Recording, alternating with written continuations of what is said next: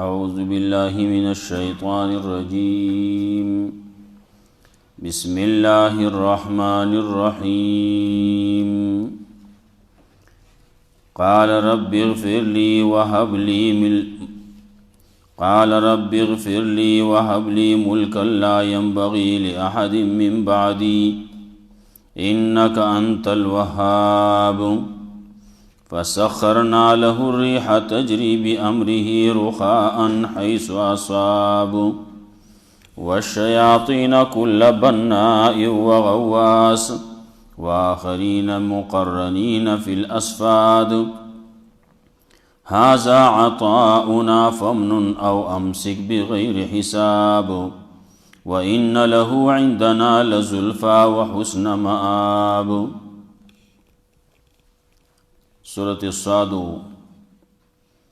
واقعہ د سلیمان علیہ السلام روانه وا دو واقع پکې ذکر کړی. یو واقعہ وا د دې چې هغه باندې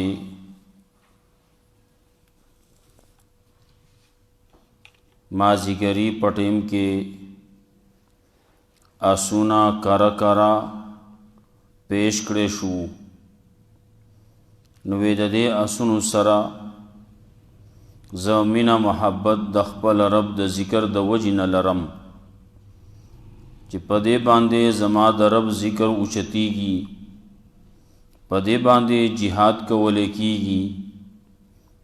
د دې وجې نه زما د دې سره مینه ده.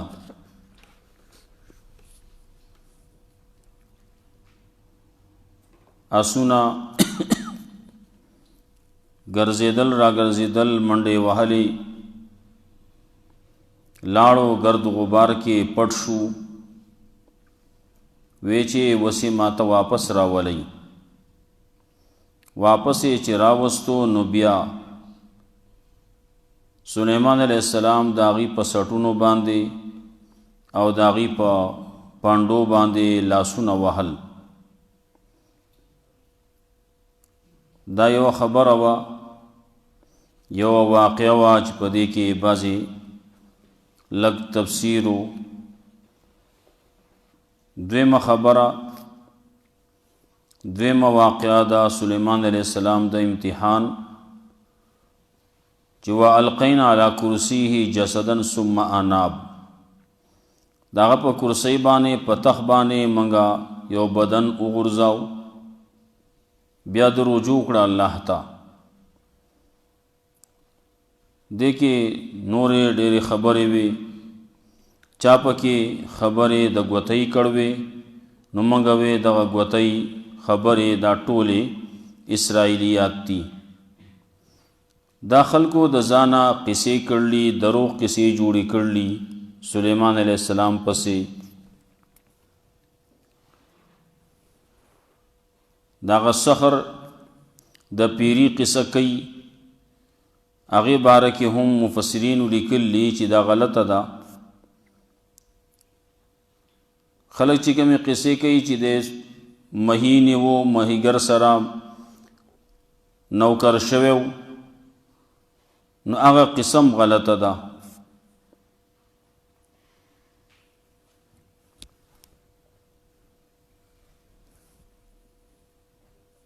خبره چې کومه صحیح وه، چې کومه په احادیثو کې ذکر دا د هغې تذکره موږ وکړه.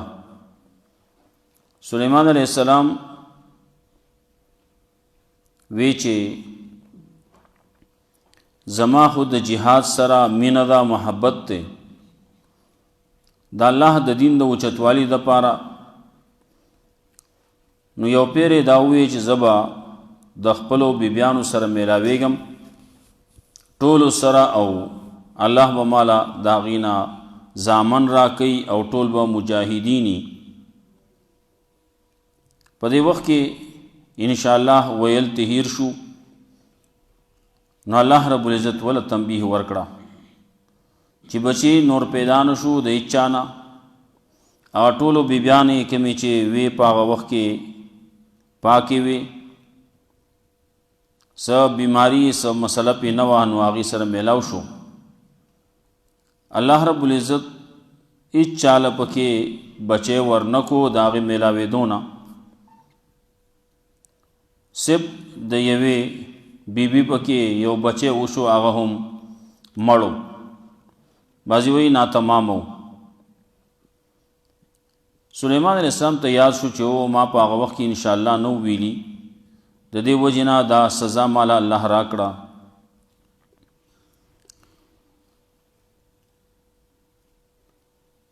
سلیمان علیه السلام ورپسې نورې خبرې د هغه د بادشاهت د شیطانانو د پیریانو باندې د هغه حکومت د هغې تذکره ورپسې کوي او بیا واقعه د ایوب علیه السلام ذکر کوي. ایوب علیه السلام واقعه کې هم څه ډېرې خبرې خلکو کړلي، هغه مخې ته راځي. قال رب اغفر لي وهب لي ملكا لا ينبغي لأحد من بعدي. وی سلیمان علیہ السلام یا اللہ ما تبخنو کی وهب لي ملکا او راکی مالا داس بادشاہی لا ينبغي لأحد من بعدي چنئی مناسب زیوتن لدب زمان رستو، انک انت الوهاب یقیناً تی وربخون کے دے حکومت ورکون کے تی. رسول اللہ صلی اللہ علیہ وسلم فرمائی رہو یو پیری د شپې عبادت کاو، پدې کې شیطان پسې راغی، نو تکلیف ورته رسول غوښته. الله رب العزت د پیغمبر صلی الله علیه وسلم لاس پاغه باندې برکو نو راوینو،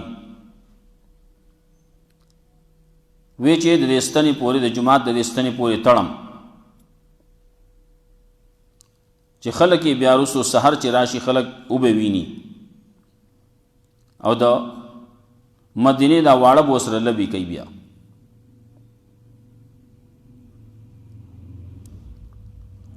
لیکن رسول الله صلی الله علیه وسلم فرمایا چې د خپل رور سلیمان علیه السلام دعا راته یاد شوه نو پرې مې خو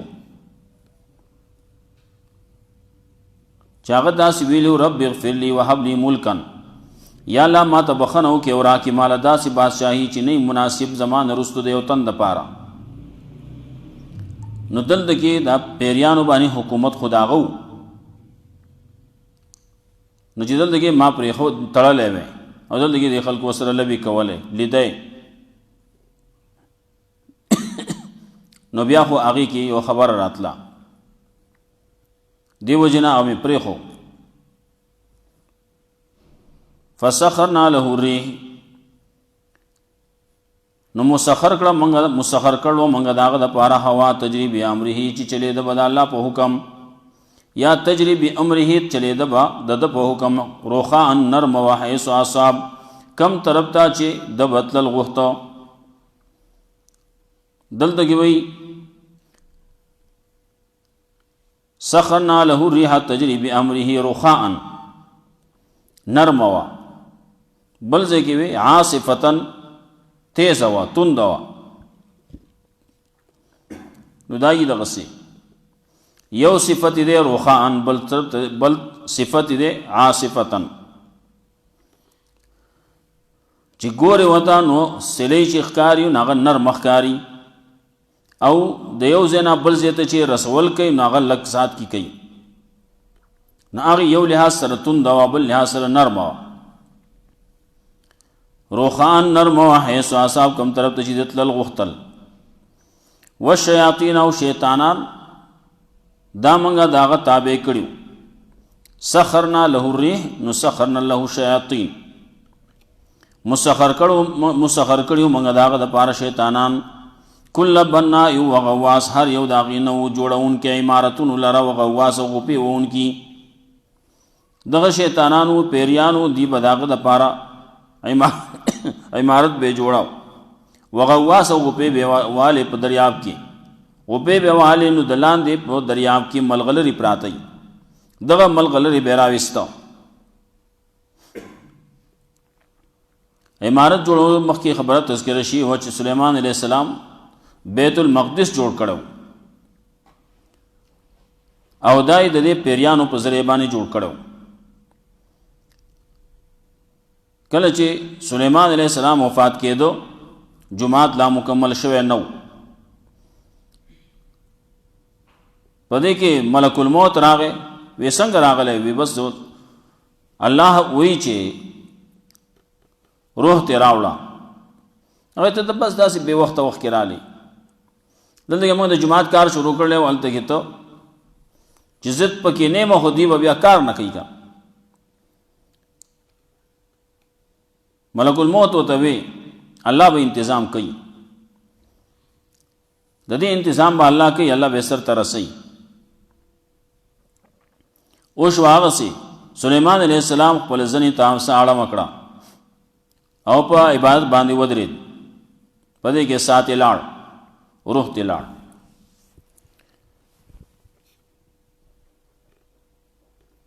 ښکارېدو شیشو کې خلکو کار کاو تر دې پورې چې بیت المقدس مکمل شو. او هغه وخت کې په دې امسا باندې وینه لګېدلې او وینو خوړه نو ډډ کړه، کچه شوه، نو امسا ماته شوه. سلیمان علیه السلام را پرېوته. شیطانان ته پته ولګېده، جنات ته پته ولګېده چې او دی خو مخکې نه وفات شوی دی، موږ ته پته نه وه. موږ که به غیب پوهېدی نو په دې مصیبت کې به نه واخته. یو کال مخکې به ترې وتلي وو. والشیاطین کل بناء، او شیطانان پیریان موږ د هغه په اختیار کې ورکړي وو، مسخر کړي وو د هغه دپاره. هر یو د هغې نه داسې وو چې هغه بناء جوړونکی وو عمارتونو لره، وغواص او د غوپې وونکي وو. وآخرین مقرنین فی الاسفاد، او بعضې نور شیطانان پکې داسې موږ هغه له په لاس کې ورکړي وو، اختیار کې مسخر کړي وو. مقرنین تړلي شوي، فی الاسفاد په زنځیرونو کې. کم چې ښه دي نو هغې لګیا دي دغه کارونه کوي، او بعضې چې دي نو هغه ډېر زیات سرکشه دي. چې ډېر زیات سرکشه دي نو هغه له موږ په اختیار کې ورکړي وو، په لاس کې ورکړي وو، نو هغې تړلي وو، تړلي شوي وو په زنځیرونو کې. جیریانی قیدیانی دغسې سرکشی نو بیا بغیر د دغه تړلو نه لاندې کېږي. هذا عطاؤنا، دا ورکړه زموږ او فمنون، نو موږ ورته وې احسان کوه او امسک بغیر حساب، یا ساته ځان سره بغیر د حساب نه. چا باندې احسان کې ازادوا، دا زموږ ورکړه. دغه ټول څیزونه الله وایي موږ وله ورکړي وو. بادشاهي وله موږ ورکړه وه. فمنن نو ته احسان کوئ. هذا عطاؤنا فمنن او امسک بغیر حساب.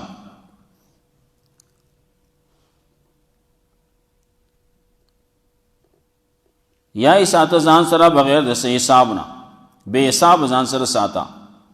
وَإِنَّ لَهُ عِندَنَا لَزُلْفَى وَحُسْنَ مَآبٍ، یقیناً د زمونږ سره یو غټه مرتبه وحسن مآب، ډېره ښکلې ټکانه. پیغمبر دی نو ډېره غټه درجه د موږ سره، نزدېکت دی موږ ته، قرب دی د نزدېکت درجه ده. وحسن مآب او ډېره ښکلې ټکانه ده. واذکر عبدنا ایوب، او تذکره وکړه دې خلکو ته زموږ د بنده د ایوب علیه السلام، اذ نادا ربه، کله چې آواز یې وکړو خپل رب ته، انی مسنی الشیطان بنصب وعذاب، یقینا را رسېدلی ما ته شیطان په تکلیف باندې او په ضررونو باندې. تکلیف د بدن دی او تکلیف د مال دی.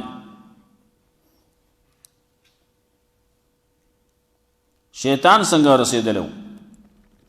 دا بعضې کارونه داسې چې دا شیطان طرف ته نسبت کېږي، په دې باندې چې آپ خوشحالیږي. بعضې چارې ویلي وی دې شیطان دا خبر الله ته وی چې تا ولا بدن ولا ورکړلی، ځواني دی ولا ورکړله، مال و دولت دی ولا ورکړلی، اولاد دی ولا ورکړلی، نو هغه کمی څه دی؟ خو لګیا به ستا بندګي به کوي که نه؟ الله به امتحان راوست. ټول اولاد یې ترې واغسته، مال و دولت یې ترې واغسته، صرف یوه بیبي پاتې شوه. یوه بیبي دا یو دی.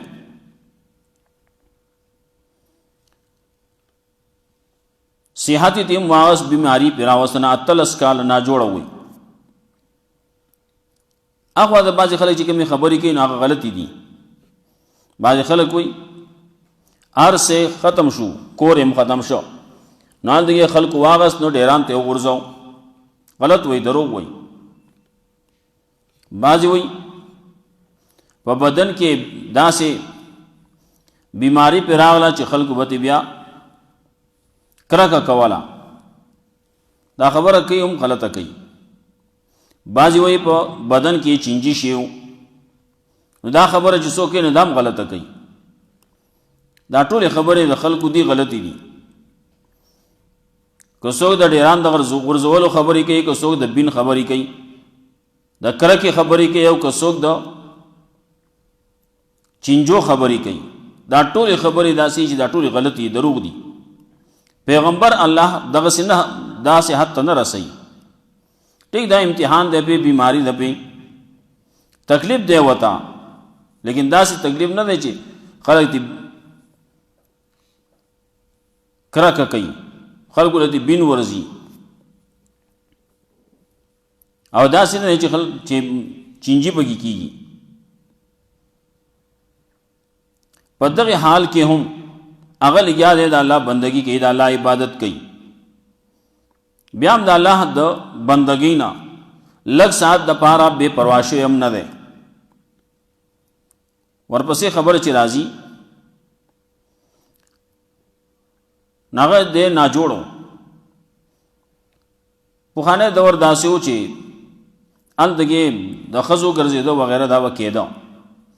دویمه دا چې ښځه هغه ځای کې ګرځېدی شي، ځان له سودا وغیره دا کولی شي، کوم ځای کې چې هېڅوک د هغې نه وي. دا نه چې دلته کې خلک شته، خاوند شته، زامن شته، وروڼه شته، نور شته، نور شته، او دا په خپله باندې په بازارونو کې ګرځي، دا ناجایز دي. نو هلته کې خو د هغوی هېڅ نه و، صرف دغه خاوند دی نو هغه ناجوړه دی. نو دا وتل وه په سکار باندې. یو سړی ورسره میلاو شو، دا اصل کې و شیطان. شیطان خو د یو سړي په شکل باندې میلاو شو سره، او ځان یې ورته داسې کړ چې د ډاکټر او د طبیب په شکل باندې چې زه ډاکټر یم، ستا د خاوند علاج به زه وکړم. خو داسې به وکړې چې ته به نذرانه شکرانه د حارث په نوم باندې پیش کړې. خبره ورته دغسې وکړه. بعضې مفسرینو په دغه ځای کې یو خبرې نور هم لیکلي. چا وی دغه شیطان ورته دا ووایي چې ته به دا ووایې چې دا تا جوړ کو، او یا دغه د نذرانې شکرانې د الله نه سوا د بل په نوم باندې، د حارث په نوم باندې، حارث د شیطان نوم دی، د حارث په نوم باندې به ته نذرانه ورکړي. لکه دې دور کې هم بعضې خلک وایي زما نور څه نه دي پکار، خو ته بس چل وکړې چې لاړ به شې پلانکي بابا له به یو چرګ ویسې، کله یې تور چرګ به ویسې، کله وایي ګډ به بوځې، کله وایي دیګ بال ته کې ولېږي پلانکي بابا له، هغه لنګر له به ولېږي. دغسې په دې خبرو باندې کله کله خبرې وشي نو نقصان ډېر میلاو شي. دغسې هندوستان ته چې کله انګریز راته ناسنګه راغلی و، هم په دې طریقې باندې راغلی و چې هلته کې بادشاه و، د هغه ښځه د هغه لور سوې وه، نو علاج وله ډېر وګوښه کېده نه. نو د انګریزانو طرف نه یو ډاکټر ول راولېږلی شو. هغه ډاکټر ډېر قابل سړی و، هغه وله علاج وکړو، جنۍ ښه شوه. بادشاه وی تا له زه اوس انعام در کوم. هغه نه نور انعام ماله مه راکوه، خو دلته چې کم تجارت پیشه خلک دي هغې باندې چې کم ټیکس دی هغه ټیکس دې ته معاف کړی شي. هغوی دا خو اسانه ده، اعلان یې وکړو هلکه ټیکس معاف. خلکو له ازادي ورکړه، انګریزان دي آزاد راځي، خلک راتله راتله راتله هندوستان یې قبضه کړو. دا په دې طریقې باندې راغلي وو. دا نقصان کوي دي سي کنه. هر یو شیطان دی که هغه بل یو بېدینه دی، په دې طریقې باندې دا کارونه کوي. نو شیطان ورته دا خبره وکړه، دیو ته نه ها وې نه نا وې، خبره یې واورېده او دا ته سیده راغله په لاره کې سړی میلاو شوی دی، ته بس څه خبرې کوي.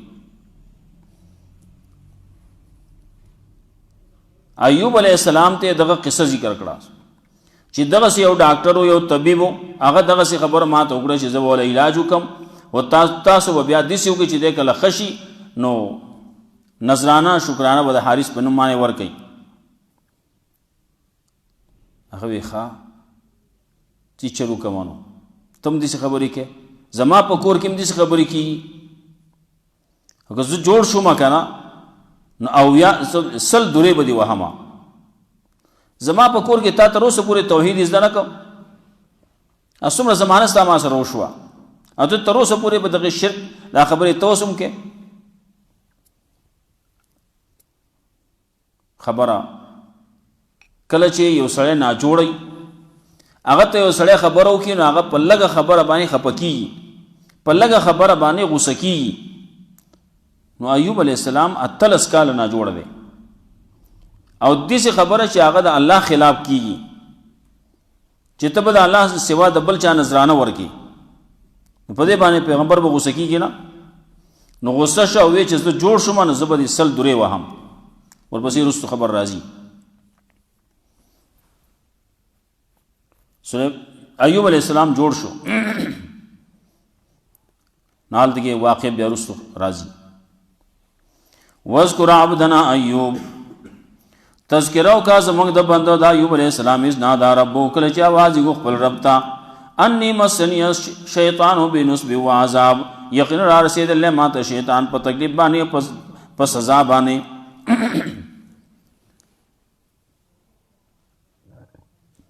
نور ځینې کې بل دعایم ذکر کړل، انی مسنی الضر وانت ارحم الراحمین. ایوب علیہ السلام دا دعا کوله. د الله رب العزت د طرف نه د هر شي دپاره یو وخت مقرر کړی شوی، نو حکم وس د هغه د جوړېدو وخت راغی نو وایي ارکض برجلک، الله ورته وایي ارکض برجلک ووهه په دې خپله خپه باندې د ځمکه، په دې خپله خپه باندې د ځمکه ووهه، په پوندې ور راپرېښوده ځمکې ووهله.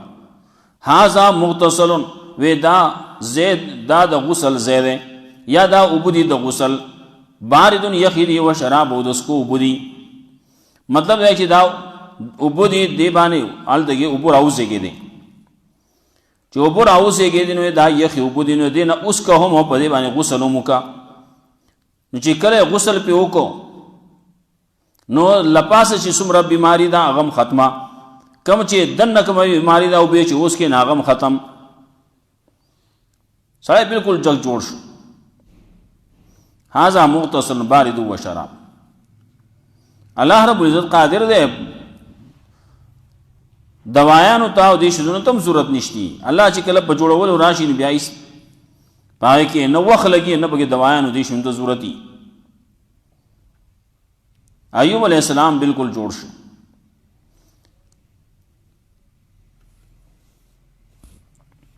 وَوَهَبْنَا لَهُ أَهْلَهُ، ورکمنګ هغه ته اهل داغه ومثلهم معهم، او په شان داغې سره نور، رحمتا منا، دا رحمت زموږ د طرف نه، و ذکر او پند دی لأولي الالباب، دپاره د عقل د خاوندانو. څوک چې عقل من خلک دی هغه د دې نه پن اخلي.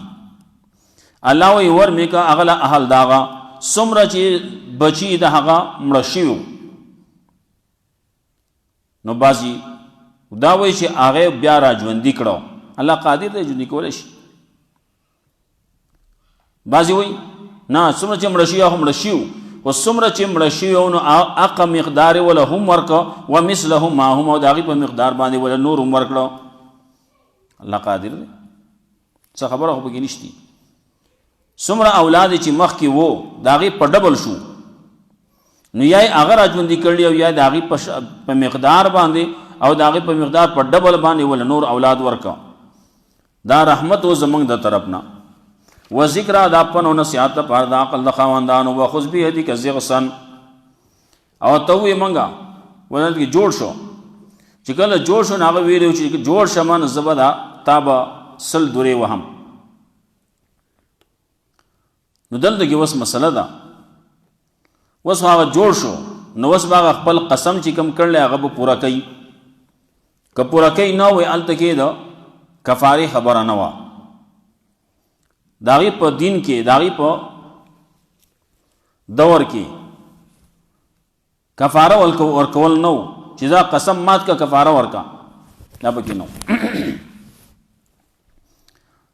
نو اوس سبق یا به هغه وهې نو دا خو ظلم دی، زیاتی دی، ولې هغه وچ پوچه ولې وهې؟ هغې خو خبره کړې نه ده، د شرک خبره خو کړې نه ده، دا خبره خو منلې نه ده، خو خبره پردۍ خبره وه هغه ته راورسوله. اوس موږ یو سړی خبره وکړي د شرک خبره وکړي، لګیا دي دا نور ډېر شی کافر دي، د هغو خبره یو سړی وکړي چې هغه پلانکي سړي داسې ویلو، د شرک خبره وکړي، نو په دې باندې سړی کافر کېږي نه، په دې باندې سړی ګناهګارېږي خو نه. خلک خبره کوي نقل کفر نه باشد، د کفر نقل کول هغه کفر خو نه وي. نو اوس به یا هغه وهلی کېږي نو سل درې چې هغه وهلی کېږي نو خو غریبه وچ پوچه وهلی کېږي نو ظلم پې کولی کېږي، دا خو ظلم دی په هغې باندې. دویم طرف تاسو ایوب علیہ السلام قسم کړلی نو اوس دا قسم به یا پوره کوي جو هغې باندې ظلم دی، که نه پوره کوي جو ایوب علیہ السلام ګناهګارېږي. نو الله رب العزت ورته چل وښودو. دلته کې دا خبره ده مفسرین لیکي چې دا صرف ایوب علیہ السلام دپاره او بل چا لپاره نه ده، او دې ته ویل کېږي مخرج. الله وایي ما ورته داسې ووایې، نو چې الله ورته ویلي نو د الله وینا هغې ته دین وایي. نو الله وایي ما ورته وایي چې خذ بیدیک ضغثا، ونیسه په خپل لاس کې یوه جارو یا یوه څانګه چې په هغې کې سل نرۍ نرۍ څانګي، یا یوه جارو چې په هغې کې سل ډکي سل مشکڼي پکې، کوم چې جارو ده د جارو چې کوم ډکي دي په هغې کې سل ډکي، دغسې یوه جارو ده نو په خپل موټي کې په خپل لاس کې راونیسه. فضرب به نو یو پیرې پې ووهه، ولا تحنس او حانس کېږه ما چې ګناهګار نشي. پیغمبران معصومي ګناهګار نه. نو دغه خبره راتله ګناهګارېدو، نو الله وایي داسې چلو کا چې د ګناه نه بچ شي. اول ته کې ښځه هغه د ظلم نه بچ شي، هغې باندې ظلم ونه شي. نو هغه جارو راواغسته، یو څانګه یې راواغسته او په هغې باندې یو پیر یې ووهله، خبره قسم پوره شو. خو دا طریقه داسې چې تم قسم کې اول ته کې بیا ته داسې چل کې وې دا د ایوب علیہ السلام دپاره خاص وه، بل چا لپاره دا نه دي جایز.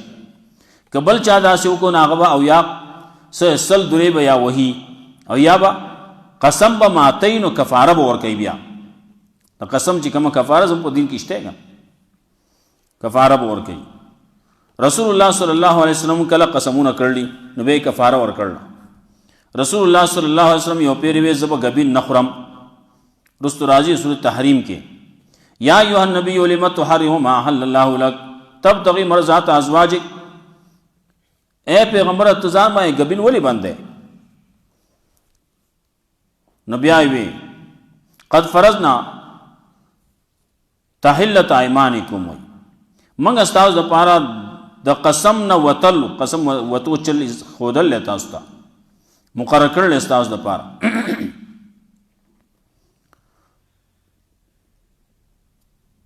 نو هلته کې د قسم کفاره ورکا او ګبین خورا. نو رسول الله صلی الله علیه وسلم دغسې کفاره ورکړلي. کفاره کې اول دا دی غلام آزاد کا، هغه نشته یا نشي کولی نو بیا مسکینان دي هغې له جامې ورکا، 10 مسکینان وله، هغه هم نشي کولی نو هغې له سبا بیګال ډوډۍ وله ورکه 10 کسان وله. او یا دا ده چې 10 کسان دي هغې 10 کسانو له د یوې سرسایې په مقدار باندې هر یو له جدا جدا ورکا، خو 10 تن له به ورکې. کفارې قسم د قسم کفاره دغسې ده چې 10 کسان له به ورکې جدا جدا، او که نه لږو له ورکې نو بیا بوله په یو ځای به نه ورکې، که په یو ځای باندې د یو تن له ورکړې نو دا د یوې ورځې وشو، 9 درته پاتې شو، نه کې ته بقایدار راغلی نو بیا که ورکې نو د یوې سرسایې په مقدار باندې په حکم 2 کیلو غنم د هغې چې څومره قیمت جوړیږي دا بوله یو پیر یو ورځ ورکې نو دقه یو تن دی دغه یو تن لی ورکې نو نن بیا وله ورکې نو بیا به وله د یوې سرسایې په مقدار باندې په حکم 2 کیلو غنمو قیمت یا په حکم 2 کیلو غنم دغه په بله ورځ وله ورکې نو بیا به وله په بله ورځ ورکې نو بیا په بله ورځ ورکې نو 10 ورځې به وله روزانه دا شینه ورکې یو تنی که 15 تنه نو 2 ورځې به وله ورکې دغسې هر جدا جدا به ورکې دا هر ورځ کې دا فقیر جدا جدا دی بیا هغې خبره کوي مسلې فقهي کتابونو کې فضرب به ولا تهنس انا وجدناه صابرا یقینا منګه مندلو در صبر کوونکې نعم العبد ډېر ښه بندو انه اواب یقینا دی ورګرځېدونکی والله ته ټیم بیا زیات شو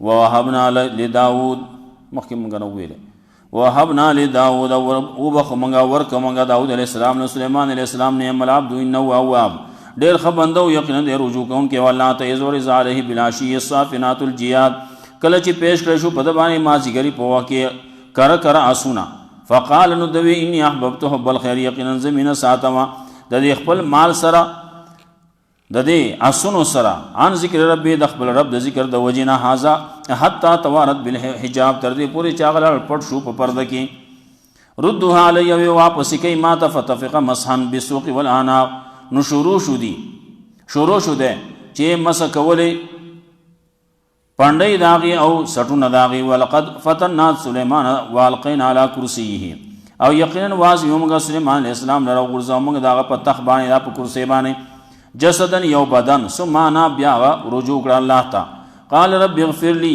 نو یا الله بخنو کی ماته وهب لي ملک لا ينبغي لاحد من بعدي او را کی مال داسې بادشاہي چې مناسب نه زما دیو تن د پار زمان رستو د بل د پارا چې مناسب نه د هیڅ یو تن د پار زمان رستو انک انت الوهاب یقینا ته ور بخون کې فسخرنا له الريح نو مسخر کړه موږ داغه د پار هوا تجربه امره چې چلے د وداغه په حکم باندې روخه نرم وا حيث اصحاب کم طرف ته چې با دت لغختل والشیاطین او شیطانان موږ داغه په قبضه کې ور کړیو کله بنا یو غواس هر یو داغه نو غوپی عمارت جوړون کې او غوپی وون کې واخرین مقرنین فی الاسفاد او نور چې هغه تر لیشو په زنجیرونو کې هاذا عطاونا دا زمونږ عطا دا ورکړی دي فمنن ته احسان کوا هم سک بغیر حساب یا ساته ځان سره بغیر د حساب نه وان له عندنا لزلفا یقینا د زمونږ سره یو غټه مرتبه او حسن باب ډېر خولې ټیکانا واذکر عبدنا ایوب او تذکرو کده خلکو دا زمونږ د بنده د ایوب علیه السلام اذنا دا ربو کله چې आवाज کو خپل رب ته انی مسنی شیطان بنصب وعذاب یقینا رسیدل لماته شیطان په تکلیف باندې او په ضرر باندې اور کوز برجلی کا نو وا په خپل خپې باندې پوند باندې هاذا متصلون دا زید او بود د غسل ده یا هاذا متصلون دا عبودی د غسل یخدی و بار و شراب او دسکا عبودی وهبنا له اهله ورک من هغه ته اهل داغه و مثلهم معهم او په شان داغه سره نور رحمت منا دا رحمت زموږ د رب نه و ذکر او پند دی یول الباب د پار د عقل د خواندانو وخذ بيدک زغسن او ان حساب په خپل لاس کې و جارو یو سانګه فزر به نو وا په خپل بیبي ولا تهنس او حانس کې غما ان وجدناه صابرا یقین موږ مندل او غل صبرناک ډیر صبرناک او چې اتلس کاله صبر کاو ویش نه دی کړه نعم العبد ډیر خبندو انه اواب یقین دی ورګرځیدونکي او الله تعالی الله رب عزت مولا قرآن و سنت باندې عمل توفیق راکړي. اللهم قنا عذابك يا متبصر